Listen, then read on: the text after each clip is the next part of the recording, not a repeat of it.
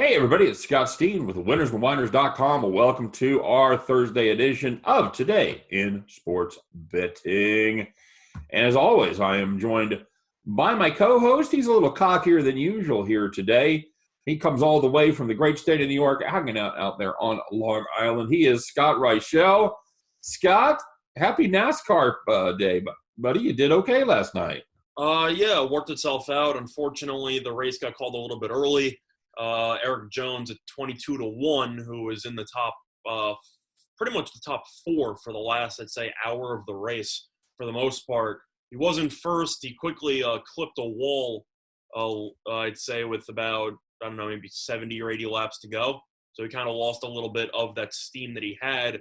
But there were a bunch of stoppages late with some cautions, and Jones went to the pits a couple of times to try to fix his car and get it back to the way that it was originally. I thought he had one of the best cars in the race. Do I think he probably would have beaten Hamlin anyway?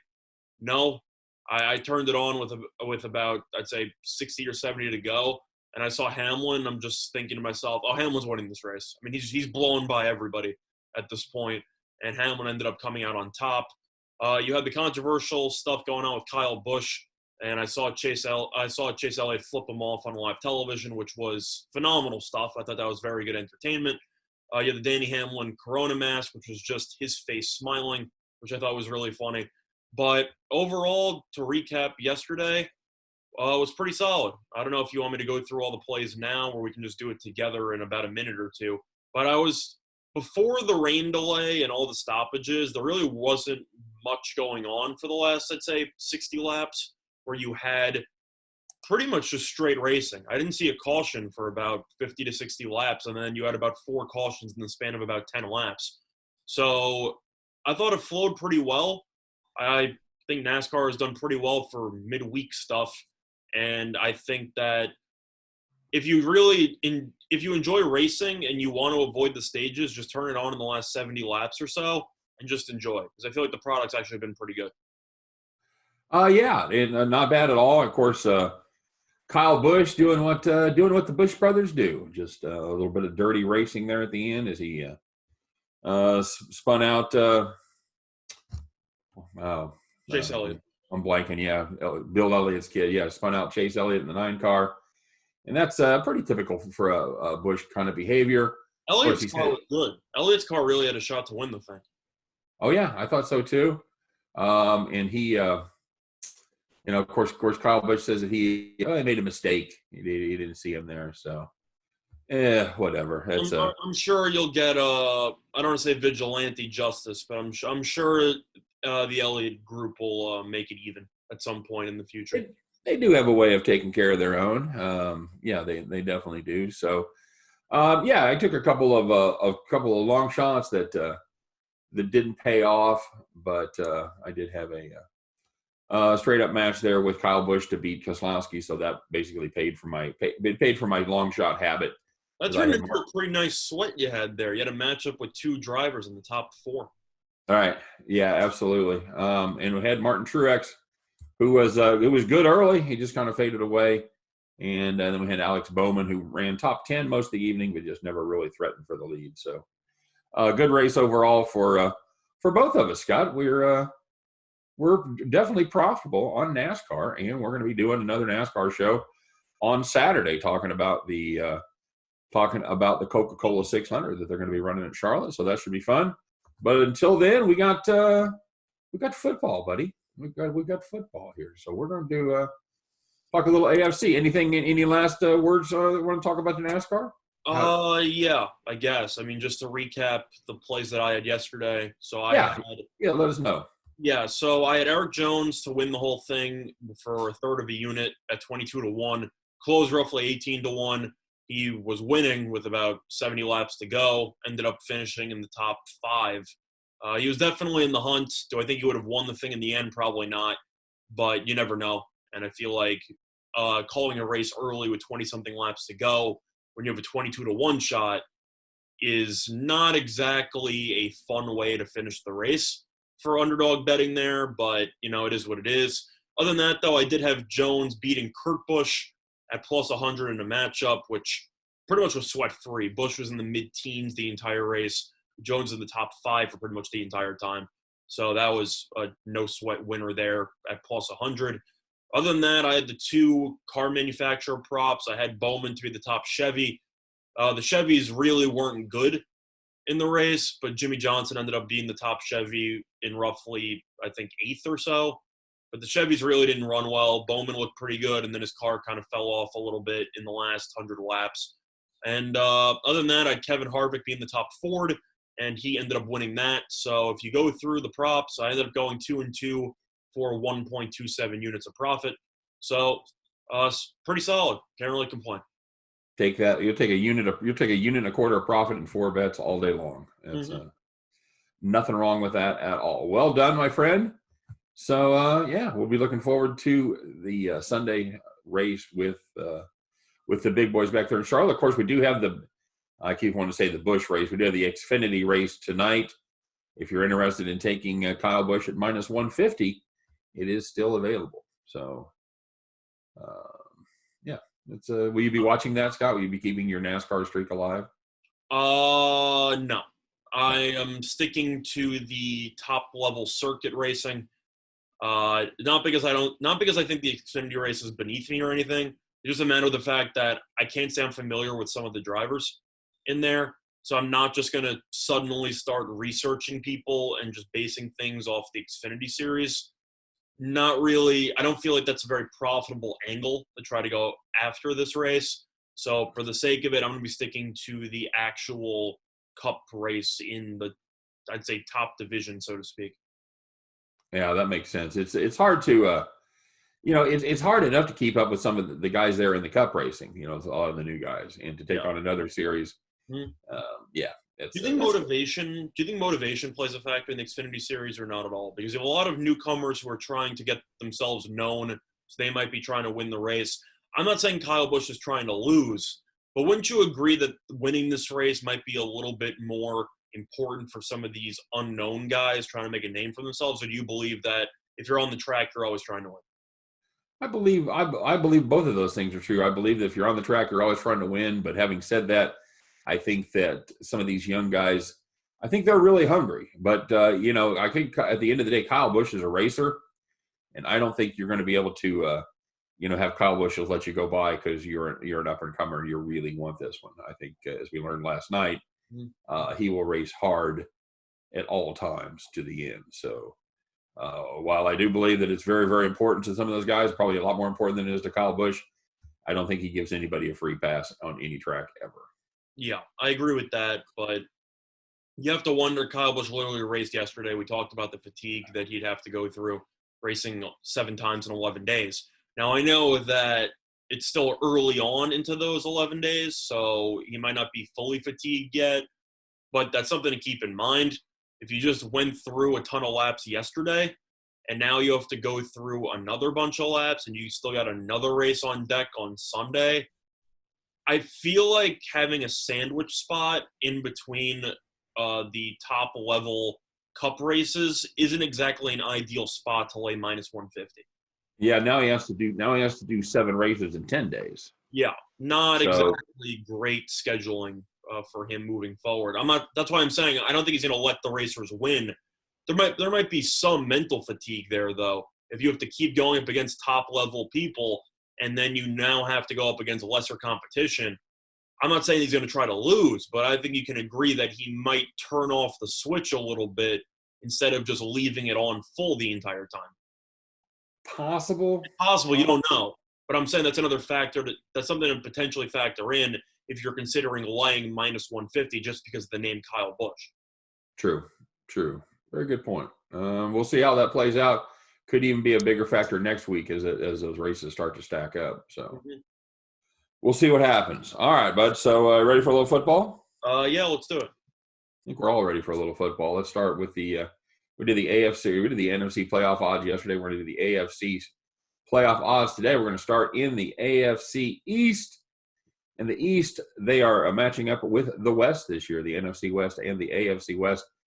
2 pretty good conferences, by the way. Maybe I don't know. I don't know what to say. The two best conferences in football, but I think you're getting pretty close to it. I think Uh, I think the West. I think the NFC West is probably the best division in all of football. I agree with that. It's just as far as second best, that's probably a little more controversial. But we'll start with the last year's winner. Start with the Patriots. Patriots are going to be a very different looking team this year without TB12. As right now, they just have Jared Stidham is going to be the man. We'll see if that's going to be the case going forward. But the betting market certainly believe the Patriots are going to repeat, as they have them at yes minus 185 to make the playoffs and no at plus 160. The two first place teams they get to play are Baltimore and Houston. Scott, your thoughts on New England? Well, the thing about New England is that it's very tough because there's a lot of uncertainty with this team. The question that you have to ask yourself with the Patriots is, can Bill Belichick find a way to win 10 games? That's basically the question you're asking yourself. And I'm not saying that you should immediately sell on your Belichick stock because Brady's gone, and I think Belichick is the greatest football coach of all time. Having said that, I think the value here, I found it available at plus 166. If you end up shopping around, it's at plus 166 on FanDuel. I like the no here just based on value. Am I going to play this personally? No, maybe for a little sliver.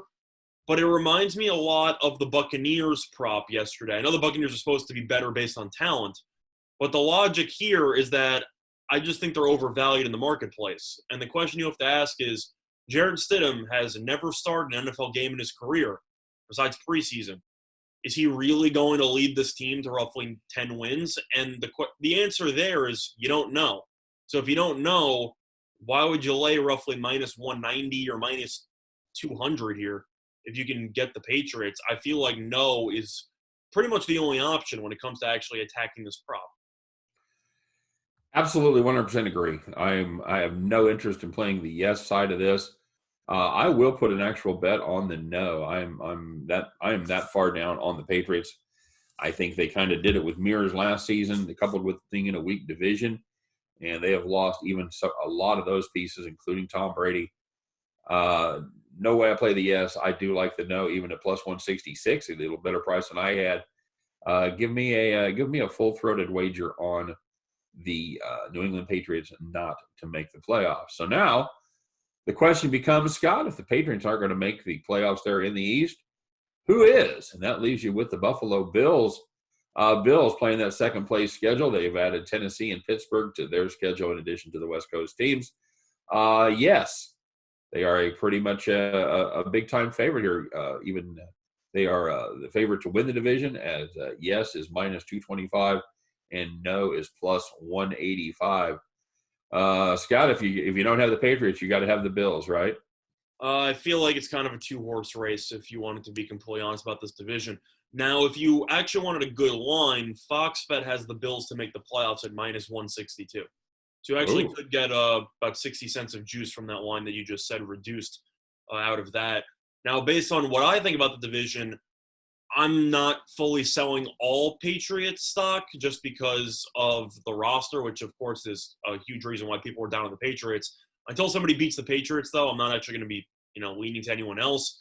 Having said that, I think if you're looking towards value perspective, I feel like that yes for the Bills at minus 162 is definitely worth, I'd say, a couple of looks, because even though I am not a Josh Allen guy, I know that he's athletic, and I know that he is a good athlete, as I just said. I still don't think he's that accurate, but they got Stephon Diggs. Singletary, when healthy, is a very solid running back. I don't know what the stories of that Oliver, besides him being a lunatic, but I don't know if he's going to be missing any games or not with the whole gun controversy thing that happened roughly last week. But the defense is still very good. I think we can all agree on that. They probably have, especially after the Patriots ended up losing Van Noy and a bunch of linebackers and some other players on their team, you might be able to argue that the Bills have the best defense in the entire division right now. And even though Josh Allen looked awful against the Texans in the second half of that playoff game, this team plays time possession football. They have a phenomenal defense, and it's always borderline impossible to win games in Buffalo roughly in November and December. So for that reason, I'd have to lean to the yes. I think even though I don't like Buffalo that much, they should win at least 10 games. So I'm going to take the yes at minus 162 on that. Yeah, I'm not going to I bet. agree. That's where I'd lean. I agree. I like that price. I think that's a fair price for the Buffalo Bills to finally break the Bills the Patriots stranglehold on the AFC East. Yeah, we definitely agree on that one. Scott, I'm going to lump the Jets and the Dolphins roughly into the same category. I've got the Jets no minus 475, Dolphins minus 500, and yes for the Jets is plus 380 and plus 400 for the Dolphins. Any of those teams excite you? Anything, any value there that you see? No, I really don't. I think if I had to pick one of the two teams to take a flyer on, I'd probably take the Dolphins. And the main reason why, just because of the fact the Jets' schedule is so brutal.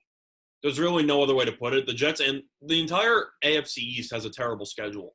And not terrible in terms of awful teams, in terms of really good teams. The schedule is very tough. And I think Flores is a better coach than Gase. And I think Miami's defense, especially after going after Byron Jones and Van Noy, who I just mentioned with regard to New England, I think their defense is better than the Jets. So the question you have is that the Jets have a new offensive line. Maybe they can protect Darnold. Maybe they can work something out. I do agree that the Jets had a good offseason, but throwing a bunch of new offensive linemen together isn't exactly a great recipe, especially at least for the first season, because since there's no chemistry with a shortened offseason, and you also have pretty much no defensive line to speak of whatsoever. So if I had to lean to one of those two teams to take a flyer on, I'd probably lean to the Dolphins, just because their team was so bad last year that they still managed to go 5-4 over the last 9. So maybe you can argue that this team found a way late that they could potentially piece it together for a 16-game season. I'd say no to both. I have no interest in playing, but if you wanted a flyer, so to speak, I'd probably have to lean to the Dolphins out of those two teams. Yeah, I agree. And I'm going to go out on a limb here. I think Ryan Fitzpatrick is still better than Sam Darnold. Fitzpatrick's not terrible. I mean, that's one thing you got to keep in mind. People hear the name Fitzpatrick and they think, oh, he's a journeyman quarterback. He's a wild card. He's not that great. And you can make the argument that he's a journeyman and, he's pretty inconsistent. But when he's good, he's actually really good at times. Yeah. So I think Fitzpatrick can mess around and potentially win this season, like 7-8 games? They can push for around 500. That wouldn't surprise me. Yeah, I would think so. I think Miami's a year away from being a playoff contender, I think, in 2021. I think that all comes down to Tua, but for the sake of this season, right. I actually like the moves they made to the defense. I still bring a pass rusher in, potentially maybe have gone after Clowney if they really wanted to, because I think their defensive line is actually that terrible. But as a whole, this team on paper, the more you actually look at them compared to last season, I feel like they should get more respect than the Jets just because of how they completely flipped an awful situation and make it look decent. Kind of like what the Jets did also with Darnold having mono and then, trying to work through it. But that schedule and Adam Gase is not exactly a recipe for success for the Jets, in my opinion. And I think Flores is tremendous. So I would probably lean to Miami out of the two. I agree. All right, so let's take a look here. Moving divisions on to the AFC North. AFC North this season matches up with the AFC South and the NFC East. Baltimore is the prohibitive favorite here at minus 900. Baltimore, they catch a couple of first-place teams in the Chiefs and Patriots. If you're not a Baltimore believer, you think there's going to be some serious regression. You can get the no at plus 650. Neither side of this bet excites me too much. I think Baltimore is a stone cold lock to make the playoffs, but I'm not laying 900 under any circumstances. Scott, your thoughts? I got to take Baltimore. I know the line's extremely high, so it makes sense on why people would not want to take them. However, I keep talking about strength of schedule, which is definitely an important factor when handicapping these type of division futures. It is worth mentioning that Baltimore has pretty much the easiest schedule in the entire league. And I'm pretty sure if you actually have looked around on Baltimore, I'm pretty sure they don't have to leave the East Coast time zone for the last roughly 8 or 9 weeks of the regular season, which is one of the stupidest scheduling things I've ever heard in my life. I'm not really sure how you can stay in the same time zone for roughly 8 or 9 weeks in a row and just nobody says anything. I think that's an absurd advantage, and I think that's kind of ridiculous. And for that reason, I think Baltimore should win roughly 12 games again, just based on how easy the schedule actually is. I loved Baltimore anyway. Even if they had a tough schedule, I'd probably lean to them. But then with an easy schedule, I think it's basically a wrap at this point. They're probably going to go 12-4, 13-3. Yep, I totally agree with that. Again, so you're going to lay the 900? Well, if you shop around, you can get roughly 650. But for me, no, I'm not going to take that because even though the offense is roughly the same stylistically, whether or not Lamar gets injured or not, because you still have Robert Griffin III in the back, you're pretty much banking on Lamar to stay healthy because he's actually just that good in the regular season. And with Lamar's running ability and his desire to run a lot, I know he's been good at dodging hits, but you can't dodge all the hits. And there's a chance that Lamar could potentially get injured based on his very aggressive running style. And I think that if you end up laying minus 650 and Lamar potentially gets injured, you're basically going to have a heart attack on spot. So I'm going to pass on that. Yeah, I agree. Now, here's one that I find interesting. You can get a pretty good price here is the Steelers. And they've added Denver and Buffalo to the second-place teams there. Steelers to make the playoffs, minus 175. A lot of wild card believers there in the Pittsburgh Steelers. And if you wanted to have no, you're getting better than 3 to 200 money at plus 155. I think the Steelers take a step backwards here. I just don't like this offense at all. I think Roethlisberger is probably done. I've never been a massive James Conner fan. I think they take a step backwards. I like the Steelers to not make the playoffs at plus 155. Scott? Yeah, so shopping around here, most of the Steelers to not make the playoffs on the East Coast books are, I'd say for the most part, around plus 110, plus 115. Ballpark, okay. So plus 150. Based on that line, I would have to play that. That would probably be my first play that I would take. I know Pittsburgh ended up looking mediocre, even though they had virtually no quarterback or no quality quarterback play for the entire season. The issue is that even before the injury, Big Ben didn't look good either. So now he's coming off a serious arm injury. You're bringing him back. Even when he was in his prime, Roethlisberger was pretty much guaranteed to miss roughly 2 games per season. So I don't even know if he's going to be playing all 16 games because he's been injured a lot over the course of his career. And he's getting up there in age. You have to wonder if Connor's going to stay healthy. I agree with you. I think at some point you're going to end up seeing Benny Snell starting roughly 5 games because Connor's going to be injured again. I feel like that's kind of given. The defense is insane. You already know that. It's pretty tough to go against that defense.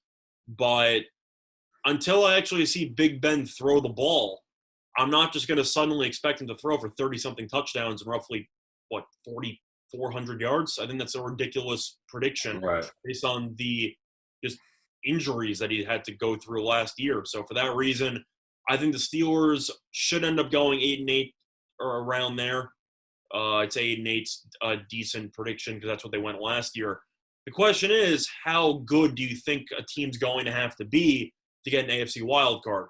And I'm in line to say probably around 10 wins. And yes. I think there's a decent chance the Steelers go 9-7 or 8-8. So I think they'll probably be on the outskirts looking in. All right, so let's talk about a team that I think is poised to make the NFL playoffs for the first time in a very long time, and that is the Cleveland Browns. Cleveland Browns, they add the third-place finishers in the Raiders and the Jets, kind of get a little help from the schedule makers there. And you can get plus value on the Browns to make the playoffs at plus 125. If you're not a believer, you're going to get minus 145 on the no side. I like these Browns to take that next step, Scott. I think they've got some talent on the defense. I think this should be the season that they put – I'm not going to say they put it all together, but I think they put enough of it together to sneak into the playoffs with that aforementioned 10-6 record. What do you think? Yeah. If you're looking at the East Coast books for comparison, you could get the yes on the Browns at Fox Bet at plus 138 instead of plus 125, so you can get an extra 13 cents of value there. On paper, the Browns should make the playoffs. But you know that based on what's usually happened with the Browns, something tends to go wrong, whether it's a conflict of styles or just the egos involved or just underwhelming or the coaching staff looks overwhelmed. There's been a lot of issues over the last couple of years. I think Freddie Kitchens set the bar pretty low that Stefanski should look like a genius right off the bat, but it's not really saying anything. But if you look on at the team on paper, I think on paper, this team is better than the Steelers, in my opinion. Now, you can argue the defense, the Steelers, and how it's phenomenal, and I agree. The Steelers' defense is definitely better than the Browns' defense. Myles Garrett coming back definitely helps the Browns. But offensively, I would rather take the Browns in a heartbeat over the Steelers. So I think you can make the argument that these teams are a lot closer than people think. I think the Browns are slightly better. And even though you might be able to get out of the way by saying, until Cleveland does something, I'm not going to bet it. And I do understand that logic because they've been awful for the last, I don't know, my existence. Right. 20-something years, give or take. But I think for value purpose, this team is probably a 9-7, 10-6 team on paper. So I'd have to lean to the yes for plus price. Okay. Any interest in the Bengals there at no minus 900 or yes plus 650? Well, I know you can get a cheaper line if you shop around, but it depends on your definition of cheaper line. The Bengals on some of these other sites locally of the Bengals at minus 185 here. You have the Bengals, for the most part, I show minus 1,200. So that line's even worse, actually. I can't touch this. I know that they're not going to make the playoffs. It's pretty much a fact they're not going to make the playoffs. I think you're better off if you really wanted to look at the Bengals. Take them to finish fourth in the division. You get significantly reduced juice compared to the minus 800, minus 1,200 you have to lay for no playoffs. I know that it's a lot safer to take no playoffs. Right. Compare the Bengals to the other three teams in the division, and they're pretty much a lock to go last. Yeah. So I would probably lean there instead if you wanted to look around. Try and actually find the Bengals here for division position. You can find them getting in last place. Actually, FanDuel doesn't even have it. I guess they just wave the flag on the Bengals. But I know some books have had it. If you wanted to look into that, you probably could. But that is where I would lean. I would lean to the Bengals finishing last in the division because I think you should be able to cut into that juice. Okay, fair enough.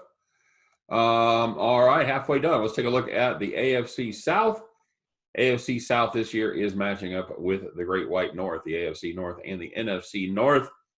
And the favorite this year is going to be the Tennessee Titans. Titans get the second place schedule. They catch the Broncos and the Bills. If you like those Titans to repeat as a playoff participants, you have to pay minus 150 on the yes side. No will net you plus 130. Scott, they've signed they've got Derrick Henry and they've signed Tannehill to a long-term deal. Is this the team of the future there in the AFC South? I think that they should be the favorites. I think they are the best team in the division. If you want to compare lines, it's available on FanDuel. The yes for the Titans at minus 130. And at that price, I'd probably have to take it. It's very tough, though. Everyone knows the AFC South is pretty much a crapshoot every single year. But based on what happened with Bill O'Brien in the offseason, I think we can agree that Texans are pretty much poised to underachieve. And it seems like odds makers have adjusted to that prognosis because of what happened over the course of the offseason. The Colts are the biggest wild card for me in this division because I think Phillip Rivers is done. And I think paying him $20-something million is laughable after how bad he was last year. But on paper, the Colts still have a pretty decent overall team. So I think they could potentially play spoiler. But I actually really like Vrabel as a coach. I thought he did a really good job with the Titans late in the year. They found a recipe for success.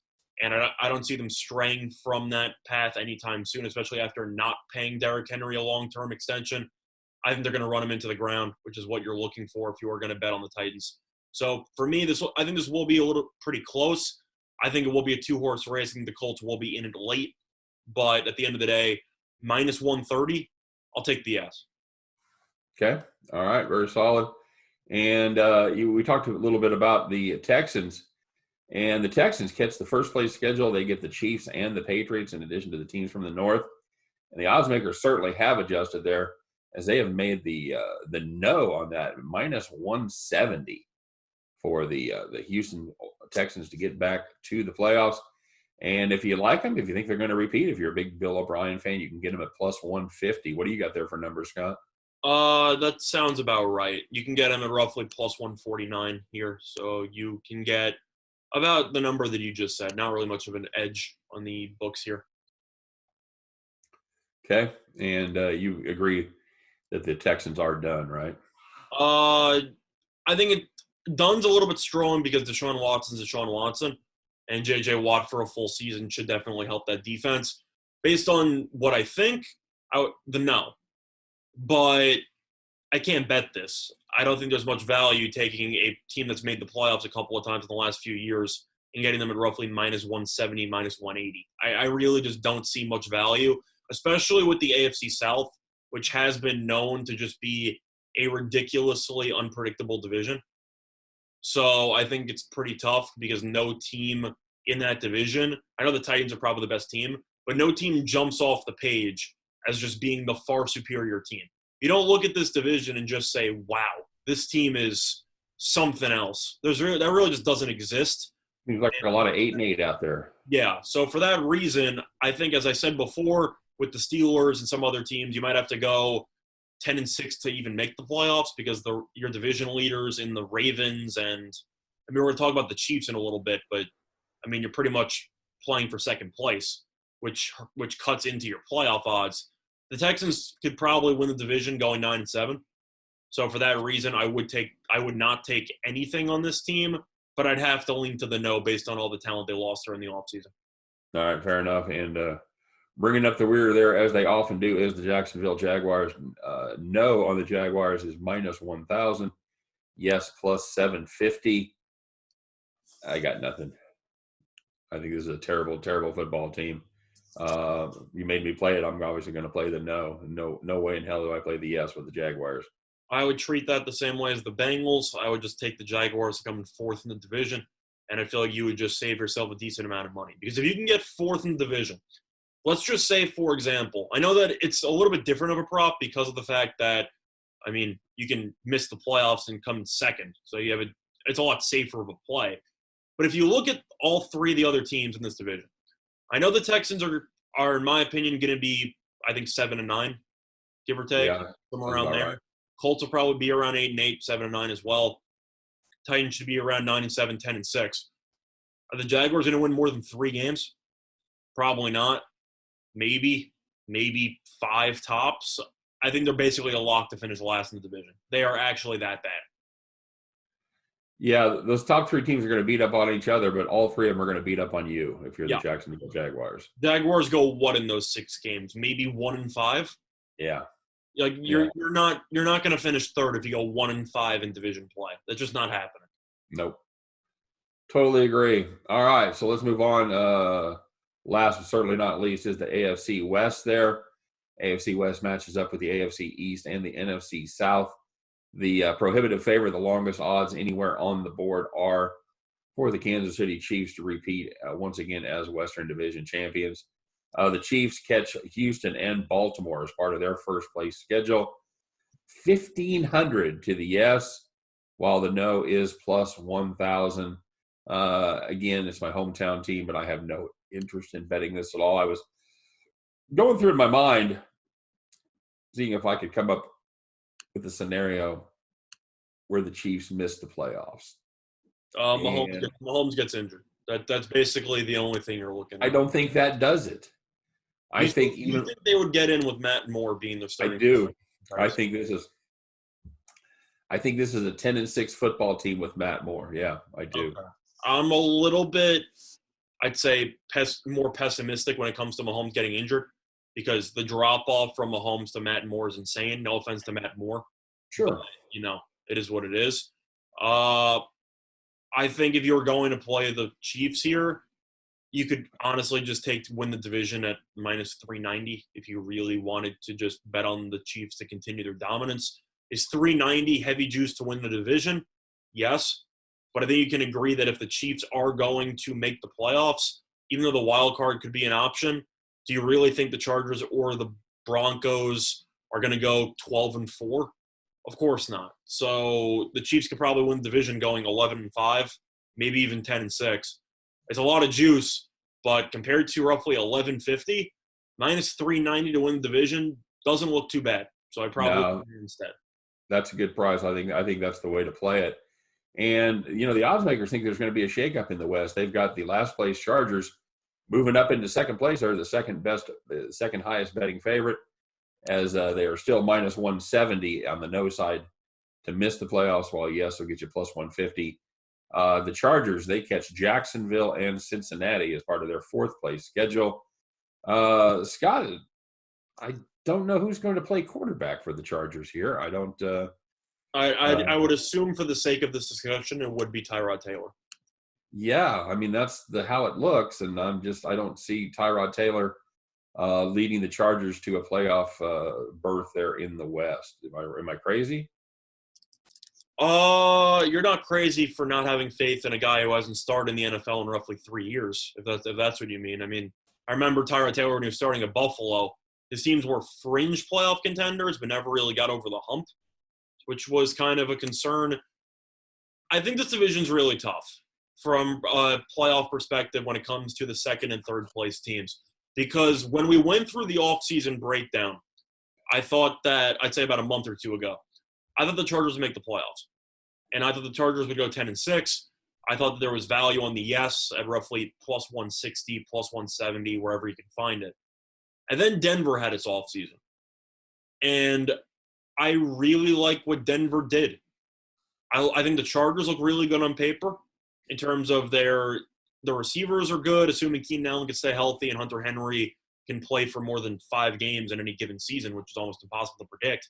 Tyrod Taylor is Tyrod Taylor, which I know is a little bit of an issue, but he won't make mistakes, and the defense is still solid, especially with Derwin James back, and they also got Chris Harris, so they should be looking pretty good in that defense.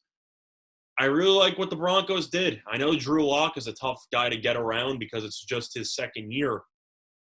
They had a great offseason. Elway actually had a good offseason. I'm not really sure how to respond to that because I guess a broken clock is right twice a day, I guess. But Right. Elway was phenomenal this offseason. I think that these two teams can potentially go 9-7, 10-6.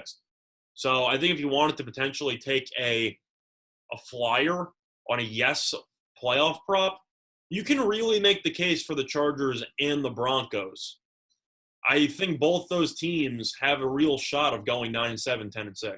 Am I nuts for feeling that way?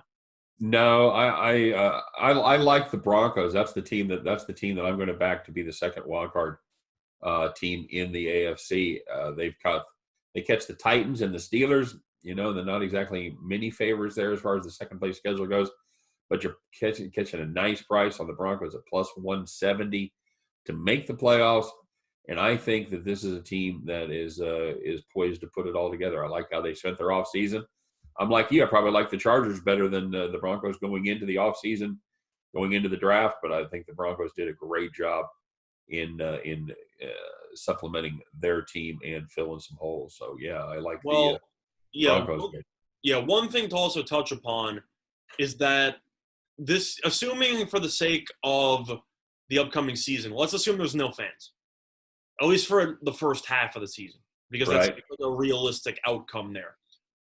So the Chargers have been used to having opposing fans in their arena for I don't even know how long, and they pretty much have no home fans at all. So I guess it's an improvement for the Chargers, even though they have no fans. I think the Broncos, even with no fans in attendance, probably have the strongest home field advantage in the entire league at this point because of altitude. So whether or not you have fans or not, having to travel to Denver to play in the altitude still provides a massive advantage for Denver. So you can make the case that Denver has the best home field with no fans in attendance. Sure. I would personally feel that way. I think that makes perfect sense. Absolutely. And for that reason, I would probably lean more to Denver than to the Chargers. I think both teams actually benefit from no fans being in the stands, just from this home field advantage perspective.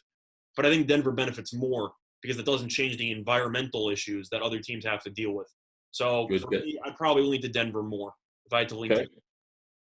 Good take. And the last team on the slate there is the Las Vegas Raiders. Raiders catch third place schedule, Indy and Cleveland. I don't think the Raiders are there. I'm probably not going to play this. The no is minus 220, while the yes is plus 180. I would be tempted to play the no side on this, though. That's not a terrible price. What do you think? I'm sorry, you said the no was minus 220? Right. All over here, it's roughly minus 300. So you got minus 320 in one book, you got minus 360 in another book, and you got minus 300 on the dot in another book. So give me the 220. Okay, there you go. All right, so I've got my 6 playoff teams. Just to recap, I've got the Chiefs and the Broncos coming out of the West. I have the Titans only coming out of the AFC South. I've got the Steelers and Browns coming out of the North, and you mean the Ravens? Well, Ravens. Sorry, yeah. Sorry about that. Yeah, Ravens and Browns. Steelers out, yeah. And the Bills coming out of the East. I feel like we pretty much agree on all the teams. I'm still not sure where to put New England, and I think that's one of the biggest question marks to have there. I think if you wanted to fit New England in the wild card spot, you can make a case. I feel like I'm inclined to agree with you, though. Okay. From top to bottom. There you go. That sounds pretty much my exact opinions about the AFC. Chargers and Broncos, I think it's really tough to separate those two teams, just because I think both coaches are abysmal. So I think that those cancel each other out. I'm not an Anthony Lynn guy. I think he shouldn't have been brought back after last year. And I don't think Vic Fangio is much better. So I think those two kind of cancel each other out. And the rosters on paper, really solid defenses, questionable offenses, very close comparison between the two. So you can make a Chargers case if you wanted to go for a dark horse candidate. Safer play is to pick New England to get the second wildcard spot instead of Denver. But I like Denver as well. I pretty much agree with you from top to bottom. That is an unusual day, so that is almost guaranteed to be totally wrong. Correct. You and I have come together with a consensus. So there you have it, everybody. Working our way through the playoff teams. We appreciate everybody hanging out. And what are we doing tomorrow, Scott? We've got a big show planned for tomorrow? Well, we have a choice. We have some upcoming events going on this weekend. We could talk about NASCAR. We're going to be talking about NASCAR at some point within the next 2 days. I'm not sure if it'll be tomorrow or Saturday. But if you wanted to, we could also talk about the upcoming golf match between Tiger, Phil, Brady, and Manning. I've already handicapped that. I already have a couple of props that I have bet personally. So I have been looking through some stuff, a lot of value to be found there. So we can talk about that. If you want to, we can do a joint show, talk about golf and NASCAR if we want to do a combo deal. So we can honestly work it out. But there are a couple of things going on this weekend. UFC, unfortunately, not one of them. But we will be talking about, I'd say, both events in some capacity within the next 2 days. Is that a fair statement? Absolutely. All right. So it's you kind of got to tune in tomorrow to see what happens. That's right. They're going to tip our hand here. So the people be back tomorrow to join us, and we'll see what we have on the agenda. Got some live sports coming up over the weekend, so we'll certainly be talking about that. Scott, as always, thanks for being here. Thanks for co-hosting the show with me. Couldn't do it without you. Well, literally, because you would just be hosting instead of co-hosting. That's right. But thank you. Yes, I appreciate that. Means a lot. Feel the same way.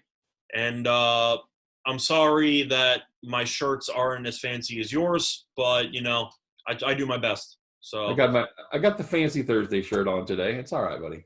I believe the kids referred to it as a throwback Thursday.